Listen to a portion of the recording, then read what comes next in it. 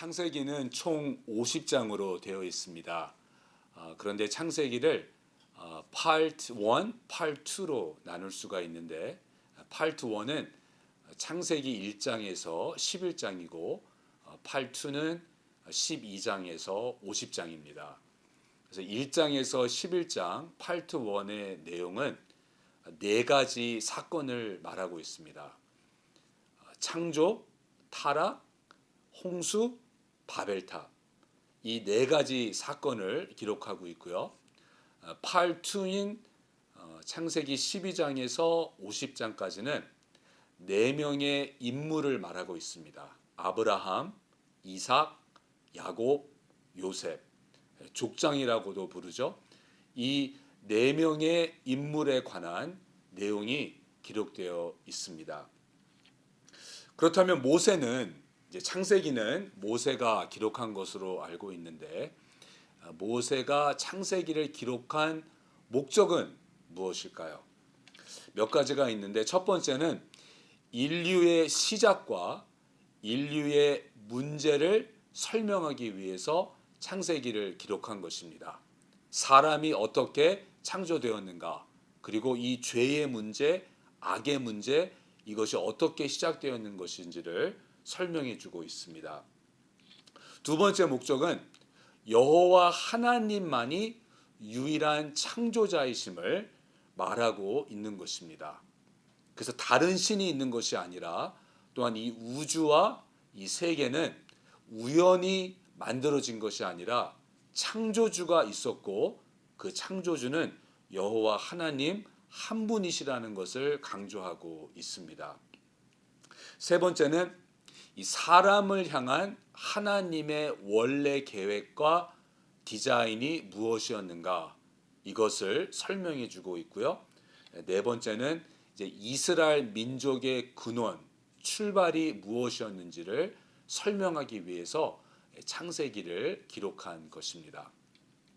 그다음에 창세기의 주요 메시지가 있습니다. 이제 저희가 앞으로 창세기를 읽으면서 이 창세기에서 우리에게 말하고 있는 이 주요 메시지를 캐치를 해야 됩니다. 첫 번째 메시지는 하나님이 창조하신 세상은 좋고 아름답다는 것입니다. 저희들이 살고 있는 이 세상, 하나님이 창조하셨는데 아름답게, 선하게, 좋게 창조하셨다는 거예요. 그래서 하나님 보시기에 좋았더라. 그런데 죄로 인하여서 아름답게 창조하신 것이 변질이 되었다는 것입니다. 원래부터 나빴던 것이 아니라 원래는 아름답고 선했다는 것입니다. 두 번째 메시지는 죄의 본질은 불순종입니다. 죄가 무엇인가? 하나님 말씀에 순종하지 않는 것. 그래서 창세기 3장에 기록된 인류의 첫 번째 죄, 원죄, 그 죄는 하나님의 말씀에 순종하지 않은 것이었습니다. 그래서 세 번째 메시지는 이 죄의 결과로 하나님과 사람의 관계가 깨어졌다는 것입니다. 그런데 네 번째 메시지는 하나님은 언약을 통해서 역사하시고 하나님은 약속을 반드시 지키신다는 것입니다. 사람은 약속을 지키지 않지만 하나님은 약속을 지키신다는 것입니다. 그리고 마지막으로 하나님은 우리의 좋은 아버지가 되시고 그리고 우리를 회복하여 주신다. 이것이 창세기의 메시지입니다. 창세기의 히브리어 제목은 베레시트입니다.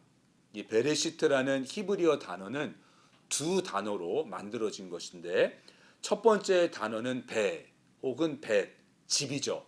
베델할 때 그 배, 집입니다. 또 이 배는 집 혹은 무엇 안으로 이러한 뜻을 가지고 있고요. 이 레시트는 처음이라는 뜻입니다. 그러니까 성경 첫 번째 구절 창세기 1장 1절에 태초에 하나님이 천지를 창조하시니라. 그런데 그 히브리어로 태초에 이것이 베레시트입니다. 그러니까 성경의 첫 번째 단어가 베레시트인데 이 베레시트에 담겨져 있는 그 메시지를 보면 하나님께서 창조하신 이 세상을 하나님은 하나님의 집으로 만드시고 사람을 저와 여러분을 그 집 안으로 들어오도록 아버지의 집 안으로 들어오도록 우리를 부르신다는 것입니다. 그래서 어느 구약학자는 이 창세기의 핵심 메시지를 이렇게 말합니다. 나의 집으로 들어와라. 너를 위해 창조한 온 우주와 시간과 영혼을 이야기해 줄게. 참 감동이 되는 그러한 내용입니다. 그래서 창세기는 아버지가 자녀들에게 내가 만든 집 안으로 들어오거라. 내 집으로 들어와서 우리 만나서 이야기하자.